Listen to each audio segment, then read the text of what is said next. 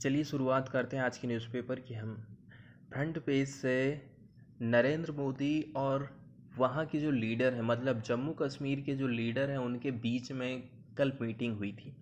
उसमें कौन कौन से मुद्दे सामने आए थे उसके बारे में हम जानेंगे। कल की मीटिंग में एक वर्ड सामने आया है, डीलिमिटेशन का।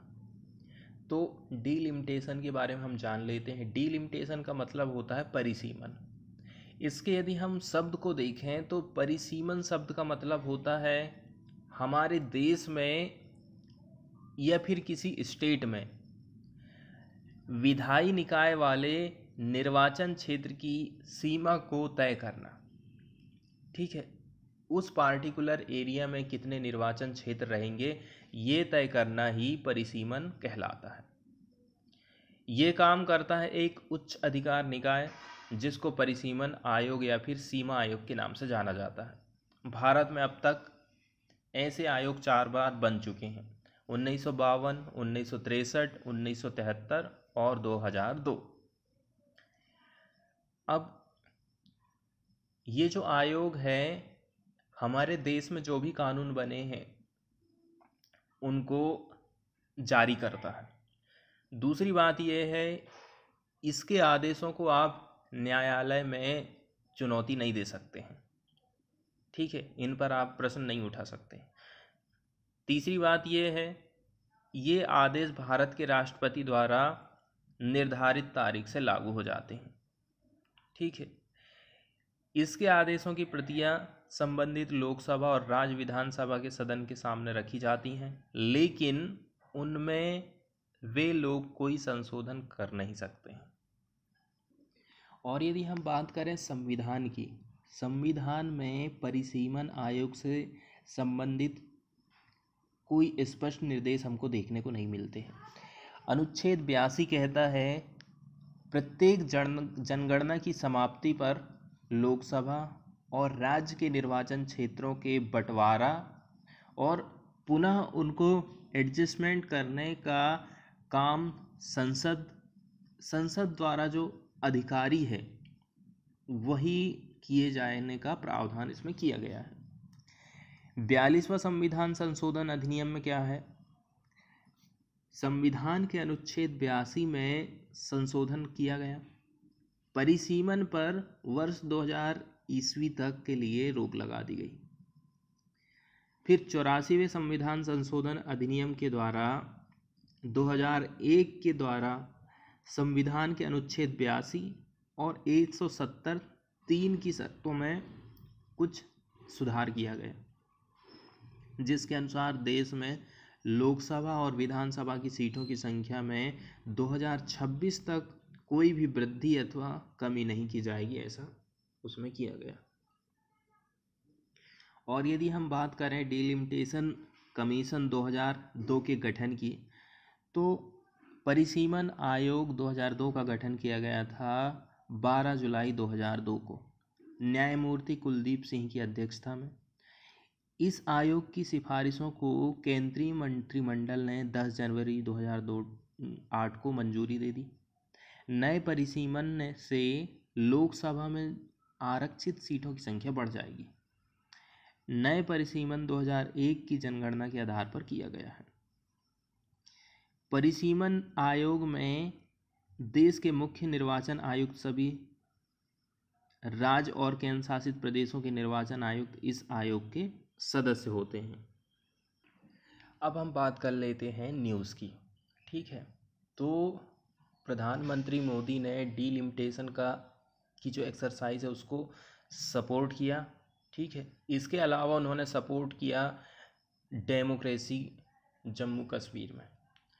इनका कहना है कि देखो, जम्मू कश्मीर को पूर्ण राज्य का दर्जा मिल जाएगा, लेकिन उसके पहले डीलिमिटेशन की प्रोसेस होना ज़रूरी है ताकि यहाँ पर इसको कितने निर्वाचन क्षेत्रों में बांटना है, ठीक है, उसकी सीमा को तय किया जा सके।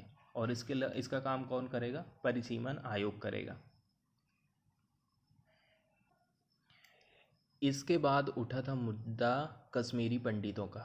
ठीक है, कश्मीरी पंडितों को ज़मीन दिया जाए, ऐसा वहाँ के लोगों का कहना है, वहाँ के नेताओं का कहना है। ठीक है, इसके अलावा जो राजनैतिक कैदी हैं, जब जम्मू कश्मीर को विशेष राज्य के दर्जा से हटाया गया था, तो उस टाइम में जो राजनेता लोगों को बंदी बनाया गया था, और उसके पहले जो नेता लोग बंदी बने हुए थे, उन सब को छोड़ा जाए, ऐसा मुद्दा भी इस मीटिंग में उठाया गया था। इसके बाद वाली न्यूज़ हम देखने वाले हैं जगन्नाथ टेम्पल से रिलेटेड। ठीक है, यहाँ के जो पुजारी लोग हैं, देख रहे हैं आप, ठीक है, स्नान यात्रा फेस्टिवल में पार्टिसिपेट कर रहे हैं। तो इसी से रिलेटेड ये न्यूज़ आई है, इसी को हम देख लेते हैं। तो जगन्नाथ मंदिर के बारे में हम देख लेते हैं, ताकि हमारा जो आर्ट एंड कल्चर वाला जो पार्ट है ना, वो थोड़ा सा कंप्लीट हो जाए। सबसे पहले हमें समझना होगा वास्तुकला और मूर्तिकला के बारे में, दोनों में क्या अंतर है, क्योंकि कभी कभी हमें दोनों ही सेम लगने लग जाते हैं। तो वास्तुकला को हम, जो वर्ड है उसको हम लेते हैं आर्किटेक्चर शब्द से।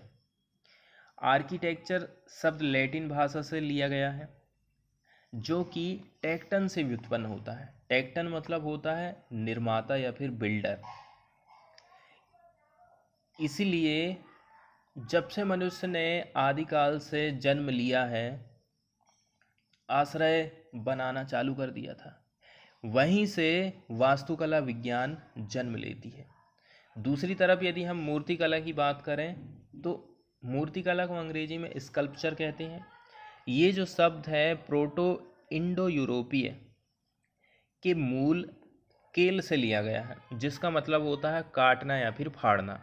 मूर्तियाँ मतलब कला की छोटी छोटी रचनाएं, या तो हाथ से बनाई जाती हैं या फिर किसी उपकरण की सहायता से बनाई जाती हैं। और चाहे वो इंजीनियरिंग की दृष्टि हो, चाहे वो मेज़रमेंट की दृष्टि हो, ये सुंदरता से बहुत ही ज़्यादा संबंध रखती हैं।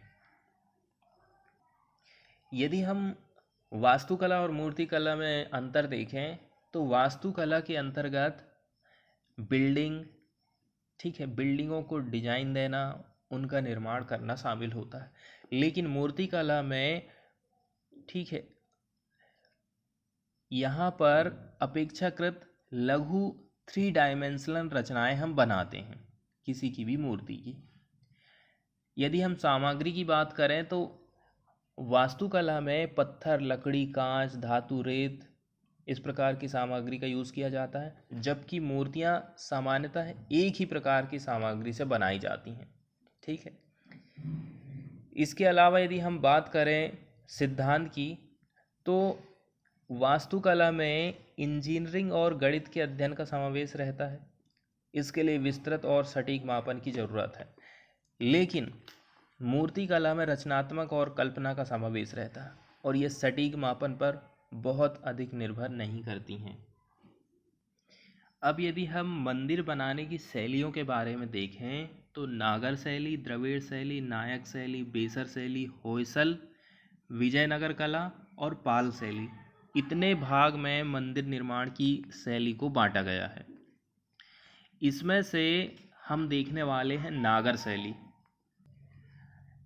5वीं शताब्दी के बाद में भारत का जो नॉर्थ वाला हिस्सा था, मंदिर वास्तुकला की एक भिन्न ही शैली विकसित हुई थी, जिसको हम नागर शैली कहते हैं। नागर शैली के अंतर्गत भी हमारे देश के पश्चिम, मध्य और पूर्वी भाग में अलग अलग उपशैलियों का जन्म हुआ था। अब नागर शैली भी 3 उपशैलियों में बढ़ गई थी, जिसमें से एक हम देखने वाले हैं ओडिशा शैली के बारे में। उसी के तहत जगन्नाथ का जो मंदिर है, पुरी का जगन्नाथ मंदिर, इसको बनाया गया था। तो कलिंग साम्राज्य के कई सारे हिस्सों में मंदिर वास्तुकला की एक अलग ही शैली विकसित हुई थी, जिसको हम कहते हैं उड़ीसा शैली। तो इसमें हमें बाहरी दीवारों में बड़ी मात्रा में बारीक नक्काशी मिलती है देखने को, लेकिन यदि आप भीतरी दीवारों को देखोगे ना, तो ये बिना नक्काशी के ही रखी गई हैं। ठीक है, यदि हम पोर्च की बात करें, मतलब ड्योढ़ी की बात करें, तो ड्योढ़ी में खंभों का यूज़ नहीं किया गया। इसके बजाय छत को लोहे के गार्डरों से सहारा दिया गया है। शिखर को रेखा देउल कहते हैं और वे लगभग एक क्षैतिज छत जैसे होते थे जो कि शीर्ष पर एकदम से अंदर की तरफ मुड़ जाते हैं। जैसा कि पिक्चर में आप देख रहे हैं, ये जो शिखर है यही है रेखा देउल, इसका नाम दिया गया है। ठीक है, इसके बाद हमें देखना है जगमोहन। इस साइड में आप पिक्चर देख रहे हैं, यही है जगमोहन। जगमोहन मतलब मंदिर का मंडप। ओडिशा शैली में मंडप को जगमोहन के नाम से जाना जाता था। ये पिक्चर आप देख रहे हैं ना, मंडप बना हुआ है। इसका जो मेन टेम्पल है वो हमें स्क्वायर के रूप में मिलेगा और उड़ीसा शैली के जो मंदिर हैं द्रविड़ शैली के मंदिरों के जैसे ही परकोटे से घिरे रहते हैं। इसके बाद न्यूज़ में पॉक्सो एक्ट से रिलेटेड कुछ बातें सामने आई हैं, तो हम पॉक्सो एक्ट से रिलेटेड बातें देख लेते हैं। पॉक्सो एक्ट का पूरा नाम है the protection of children from sexual offences act. ठीक है, इस कानून को सरकार ने साल 2012 में बनाया था। इसके अंतर्गत जो नाबालिग बच्चे हैं इनके साथ में यदि यौन अपराध होता है या छेड़छाड़ होती है तो इस पर कार्यवाही की जा सके अपराधियों के ऊपर। 2012 में यह एक्ट इसलिए बनाया गया ताकि बच्चों के साथ होने वाले यौन अपराधों का जो ट्रायल है वो आसानी से हो सके, अपराधियों को जल्दी से जल्दी सज़ा मिल सके। इस एक्ट में 18 साल से कम उम्र के वाले बच्चों की कैटेगरी में रखा जाता है। 2012 से पहले बच्चों के खिलाफ यौन अपराधों को लेकर कोई खास कानून नहीं बना था। और यदि हम न्यूज़ की बात देखें तो पॉक्सो एक्ट के अंतर्गत जिस व्यक्ति को जेल हुई थी उस व्यक्ति को, ठीक है, अलाउ कर दिया गया है कि वो अपने भाई की शादी को अटेंड कर सकता है। तो हमने पॉक्सो एक्ट के बारे में भी देख लिए और उससे रिलेटेड जो न्यूज़ आई थी उसके बारे में भी देख लिए। ज़्यादा डिटेल में हम पॉक्सो एक्ट को नहीं देखे हैं, फिर कभी न्यूज़ हमें आएगा तो बहुत डिटेल से हम इसको देखेंगे।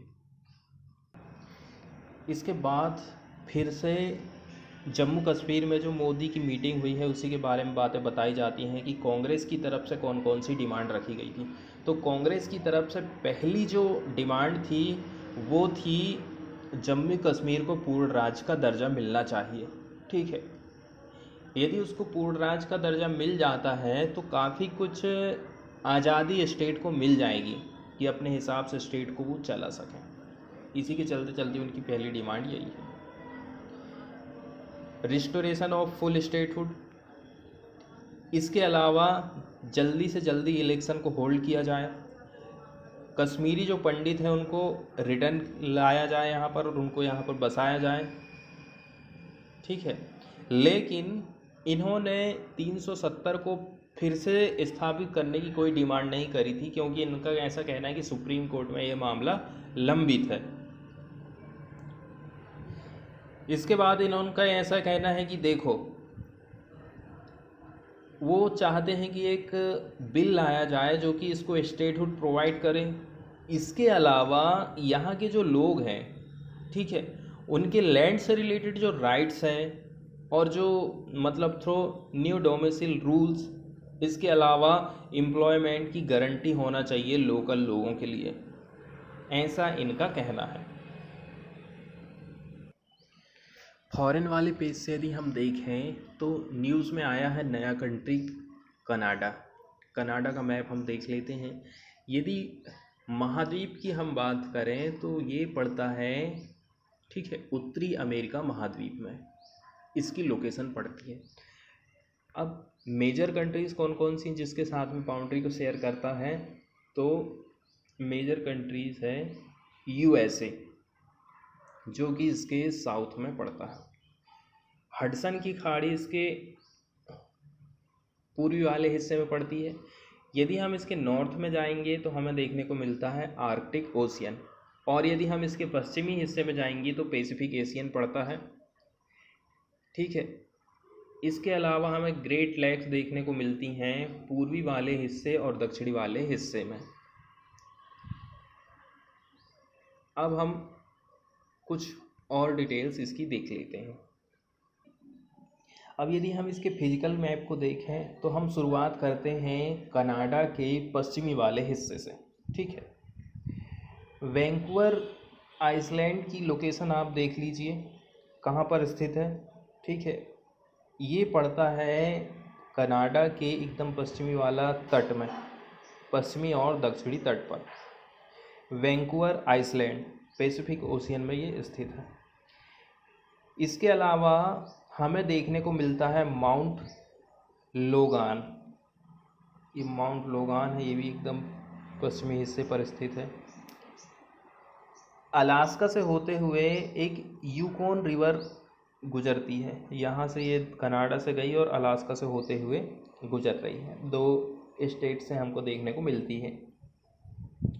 ठीक है, पश्चिमी वाले में हिस्से में हमको देखने को मिलेगा कोस्ट माउंटेन्स, इसके अलावा रॉकी माउंटेन्स, दोनों एकदम पैरेलल में यहाँ पर दिखाए गए हैं।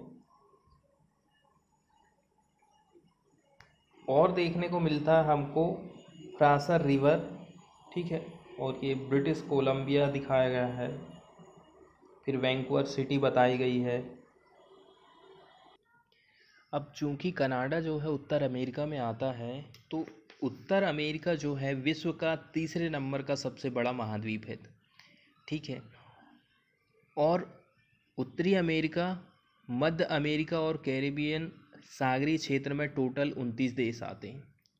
इसकी खोज 1492 में हुई थी कोलंबस के द्वारा, अतः इसे नई दुनिया कहा जाता है। यदि हम इसके पूर्वी वाले हिस्से की तरफ जाएं तो ये ओटावा रिवर हमको देखने को मिल रही है। ये ओटावा सिटी है। ठीक है, और यहीं पर छोटा सा बिल्कुल ये दिखाई दे रहा है हमको मॉन्ट्रियल। ठीक है, तो मॉन्ट्रियल इधर से ये लावारेंस रिवर हो गई और यहाँ से हो गई ये ओटावा रिवर, दोनों मिलते हैं तो ये सेंट लावारेंस रिवर के किनारे पर बसा हुआ है मॉन्ट्रियल। मॉन्ट्रियल को हमने क्यों देखे हैं, क्योंकि मॉन्ट्रियल जो सिटी है ना, वो फेमस है कागज उद्योग के लिए, पूरा वर्ल्ड फेमस है। ठीक है, कनाडा विश्व में सबसे ज़्यादा कागज का उत्पादन करता है।